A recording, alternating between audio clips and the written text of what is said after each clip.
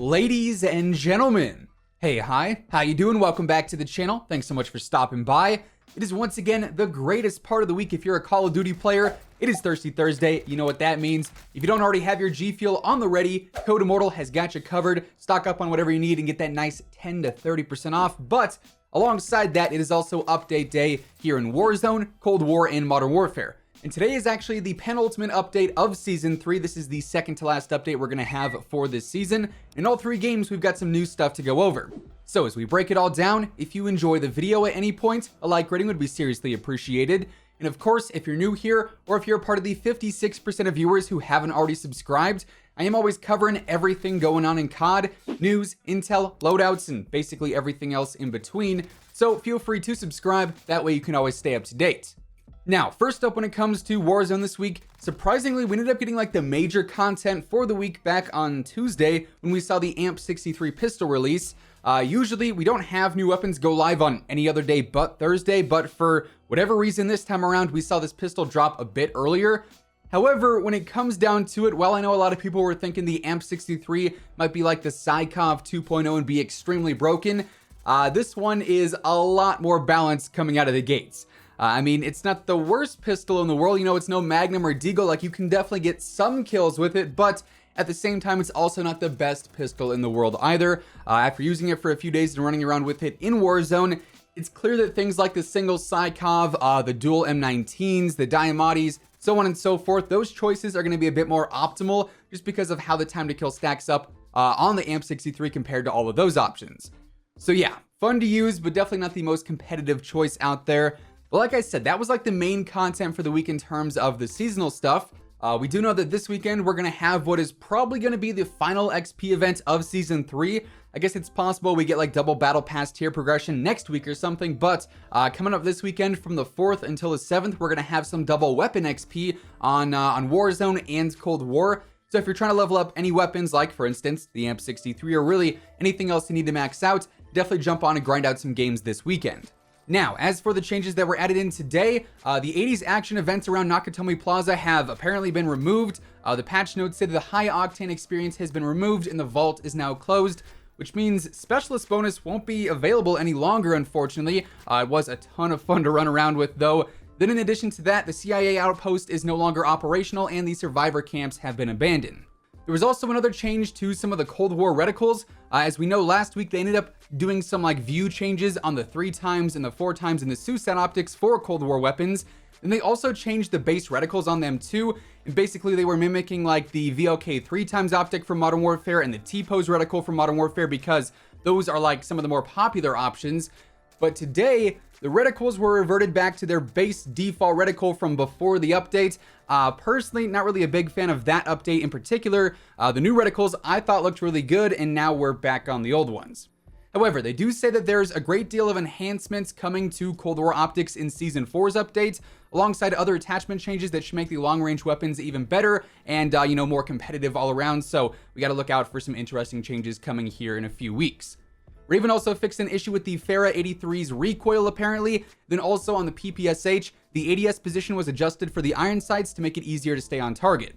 Then for the playlist this week, we have the usual Battle Royale quads, trios, duos, and solos. We've also got Rebirth Resurgence quads, Rebirth Mini Royale trios, and then finally Plunder Blood Money for trios as well. Obviously Power Grab was removed this week just because all the 80s action hero stuff is coming to a close.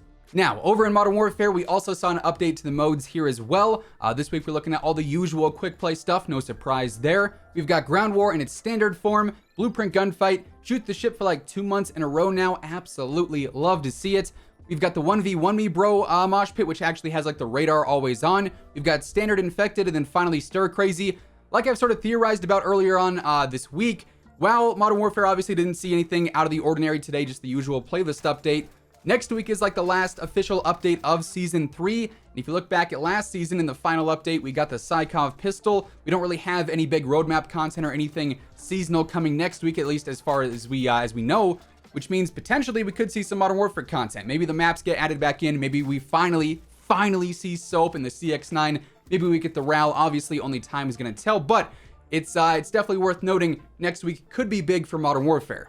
Then moving on into Cold War, we got a few new things to try out this week too. As far as the playlists go for this week, we effectively close out the roadmap for the season as we got the brand new Action Heroes Mosh Pit available. This features both of the like the 80s Action Heroes LTMs, you could say. Those being Die Hardpoint, where you get bonuses for capturing Hardpoint and then also getting kills. It's basically like Cranked and Hardpoint combined with a few extra bonuses in there as well.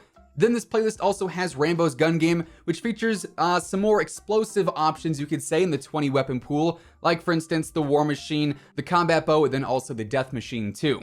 So that'll be like a combined mosh pit for at least the coming week, but they may even extend this one through next week as well, just to like close out season 3 with the whole 80s themed mosh pit. Of course, we'll find out that information later on next week when they reveal like what the playlist will be for that, so we're gonna have to wait and see, but we've got that for at least the next 7 days. On top of that, we also have a brand new gun game variant coming out that features various blueprints that have ammo mods for them. So for instance, you could have like special tracer rounds or bullet effects like cryo or dismemberment, and those can be found in the weapon rotation for this mode. We also have a brand new gunfight tournament kicking off this week. These seem to basically be like an every other week sort of thing at this point, and this one will be live from today until next Thursday. You can earn some new exclusive rewards for winning that like always. Then for the normal playlist this week, we also have 6v6 face-off, which is definitely like a nice twist on the face-off maps. We've got Fire Team Elimination yet again, which is like the whole Blackout 2.0 mode, the mini battle royale, if you will.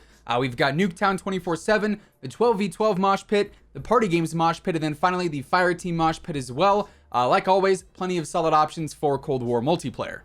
Then moving on over to the store to close things out, the main bundle for this week in the new refresh is going to be the Nuclear Distillery Mastercraft bundle. This one goes for 2,400 COD points and features the Special Batch Shotgun Blueprint. I believe this one is for the Howler. This one comes with the Infantry V-Choke Muzzle, the Reinforced Heavy Barrel, the Tiger Team Spotlight, the Millstop Reflex, and then also the Shotgun Stock. This bundle also has the Science Project Assault Rifle Blueprint. This is for the AK-47. This one has the KGB Eliminator, the Spetsnaz Speed Grip, the 45 round mag, the Cobra Red Dot, and then also the Wire Stock. Then this bundle also comes with a new watch, a charm, a Cold War exclusive vehicle skin, a vehicle horn, an emblem, and then also a calling card. Also, it is probably worth noting that in the coming days leading up to the end of Season 3, we should start to see some new information come out about Season 4. Usually we get like a end season cutscene, you could say, where we get some new information on the storyline, where that's headed for the next season.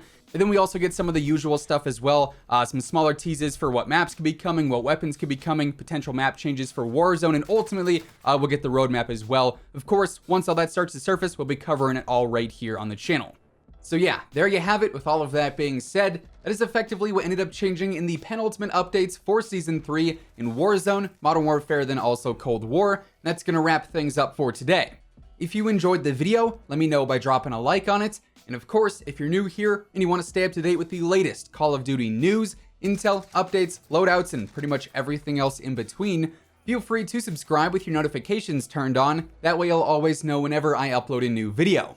As always, if you want to check out any of my partners, be sure to use code WhosImmortal for a discount on all Scuff, G Fuel, Gamer Advantage, and Control Freak products, and the links for all those can be found down in the description below. But once again, thanks so much for tuning in, and until next time, take it easy, have an awesome rest of your day, and I'll catch you guys later. Peace out.